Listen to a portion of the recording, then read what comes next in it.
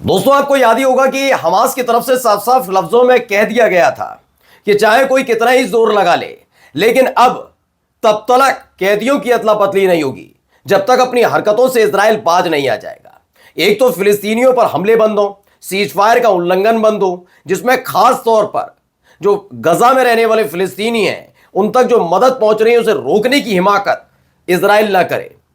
जैसे ही पूरी की पूरी डील के सामने रखा गया मसौदा कि भाई ये सब करना है, वैसे ही इजराइल के अंदर इजराइल के लोगों ने बेंजामिन नेतन्याहू और उनके मंत्रियों के खिलाफ मोर्चा खोल दिया था। उनके लिए नरसंहारक जैसे शब्दों का इस्तेमाल करते हुए नेसेट, जो इजराइल की संसद है, वहां भी और संसद के बाहर भी लगातार प्रदर्शन हो रहा था।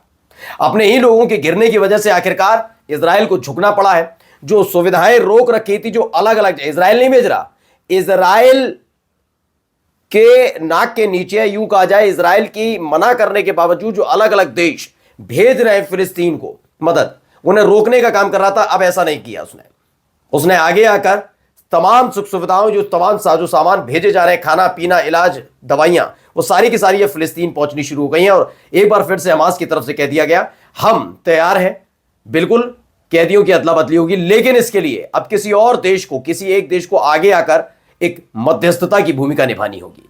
यही नहीं, खबर आपको दिखाने जा रहा हूं, जैसे तुर्की ने अमेरिका को हड़काया, उसके फौरन बाद ही कई मुस्लिम देश एकजुट हुए हैं, तुर्की के समर्थन में खड़े हुए हैं। काफी कुछ अलग अलग खबरें हैं, वो मैं आपको दिखाने जा रहा हूं। नमस्कार, मैं हूं प्रज्वल गौतम और आप देख रहे हैं the live TV. The live TV, सच सबसे आगे।